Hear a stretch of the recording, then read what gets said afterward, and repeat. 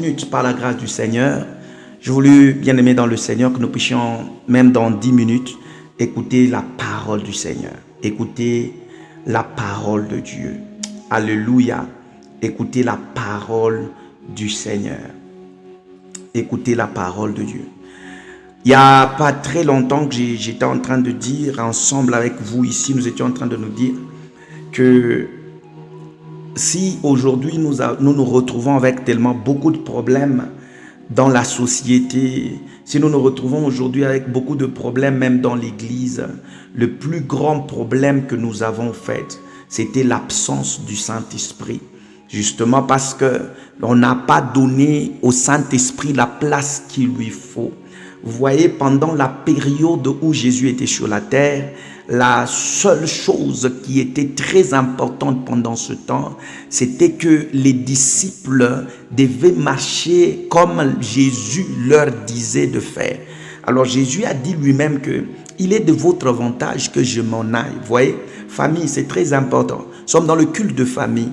Il est important que nous puissions comprendre que le Saint-Esprit reste la seule personne qui connaît la volonté de Dieu, qui sonde les profondeurs de Dieu.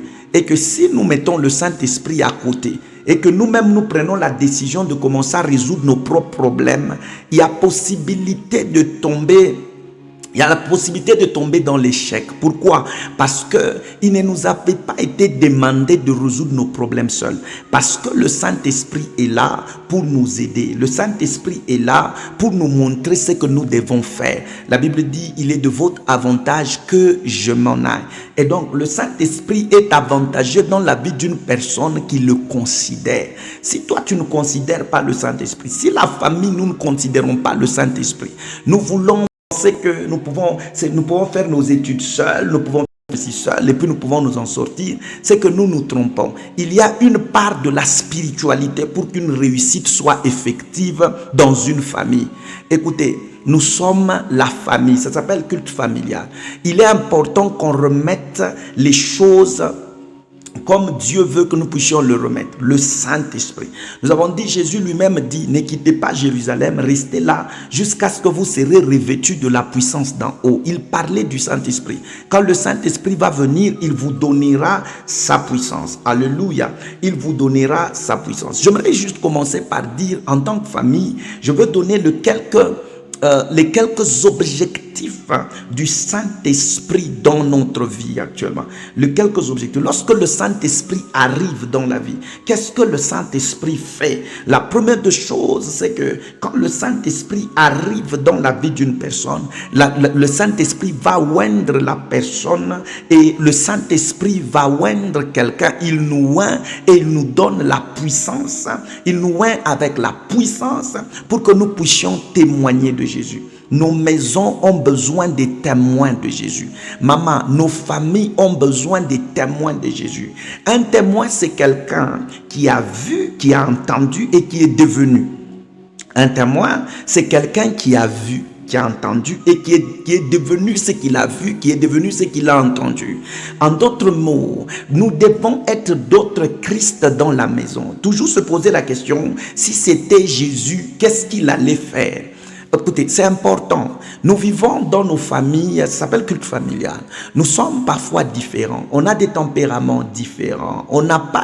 Parfois, on n'a pas les mêmes attitudes. Tout ça. Nous sommes de cette façon où chacun d'entre nous a presque son visage. Chacun, nous pouvons nous ressembler, mais on n'a pas le même presque caractère. On peut avoir la même éducation, mais on n'a pas le même caractère. Quelqu'un disait toujours, dans le ventre ici, c'est comme dans un magasin.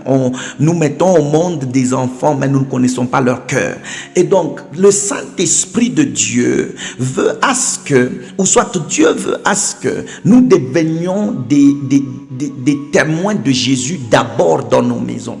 Vous savez, cette histoire d'être chrétien trop à l'église, mais être païen à la maison.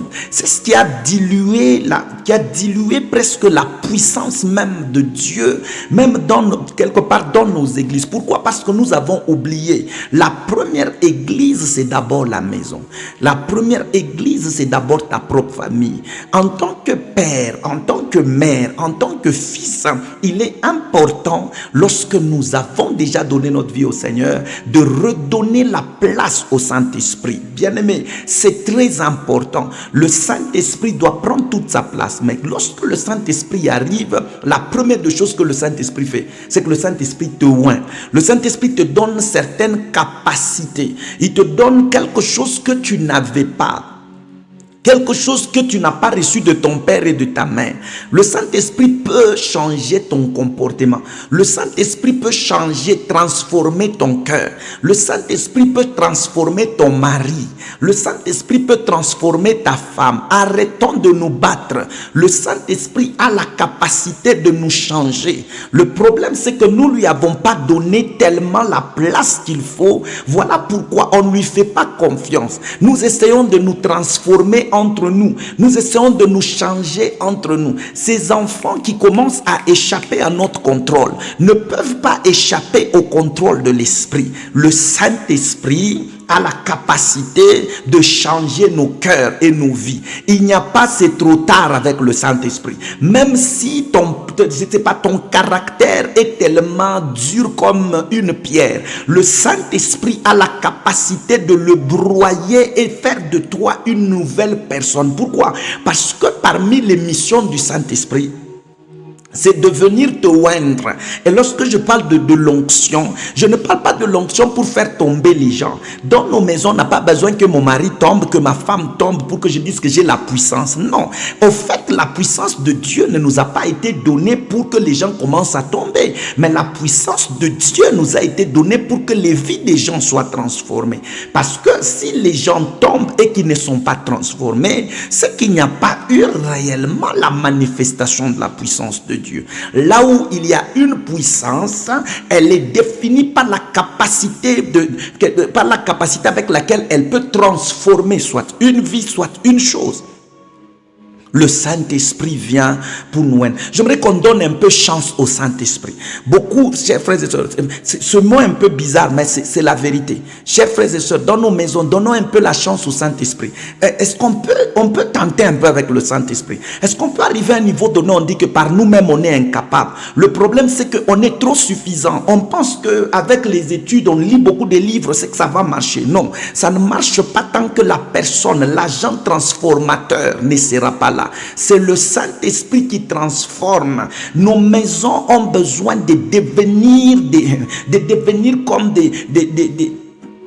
des bases qui produisent des témoins de Jésus. Et j'ai dit, un témoin, ce n'est pas seulement quelqu'un qui parle de Jésus, c'est quelqu'un qui devient presque Jésus. Je deviens Jésus. Et tu ne peux pas devenir Jésus par toi-même.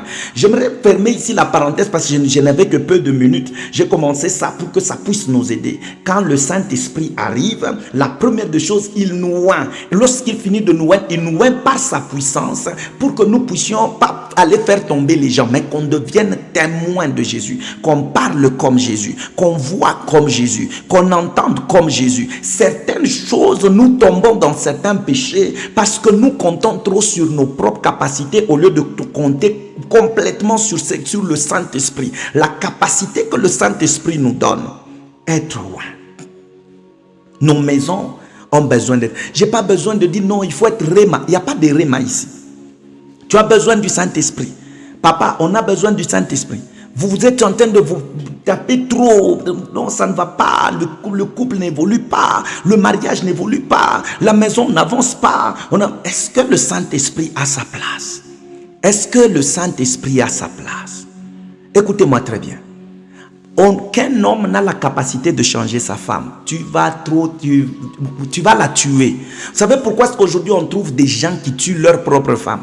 Justement parce qu'ils pensent que par leur propre capacité, leur force, ils peuvent changer la femme. Non, aucun homme n'a la capacité de changer quelqu'un. Tu ne peux pas changer ta femme. Je voudrais dire à une femme que tu ne peux pas changer ton mari.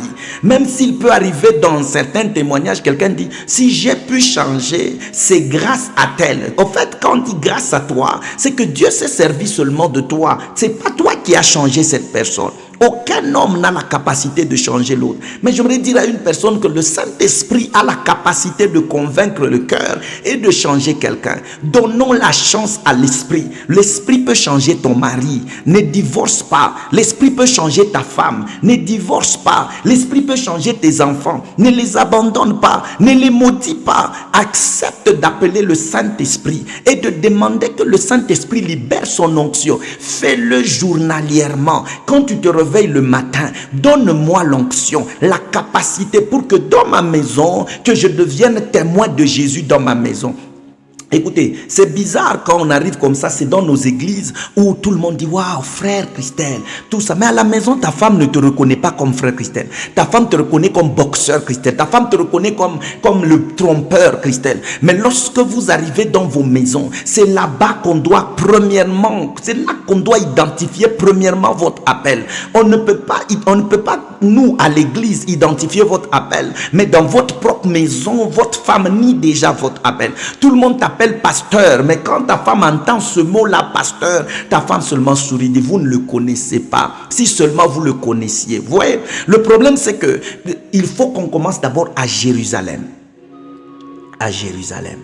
Chers frères et sœurs, Actes chapitre 1 verset 8, la Bible dit, vous recevrez une puissance après que le Saint-Esprit soit descendu sur vous et vous serez mes témoins. Vous recevrez une puissance. Le Saint-Esprit va vous oindre de puissance et de force pour que nous soyons témoins de Jésus. Réveille-toi le matin, demande à Dieu, donne-moi Saint-Esprit, donne-moi la force, donne-moi la capacité pour que je devienne témoin de Jésus. Tu donnes la nuit, donne-moi la puissance, donne-moi la force pour que je devienne témoin de Jésus dans ma maison, dans la vie de ma femme, dans la vie de mon mari, dans la vie de nos enfants. Lorsqu'ils verront Jésus en nous, ils finiront par maintenant croire en ce Jésus-là. Que Dieu nous bénisse, que Dieu nous garde cette nuit et que Dieu nous protège, que Dieu veille complètement sur chacun d'entre nous. Au nom de Jésus, nous avons ainsi prié avec action de grâce et nous disons Amen, Amen, et on acclame très fort. On dit Amen, on acclame. Que Dieu vous bénisse abondamment.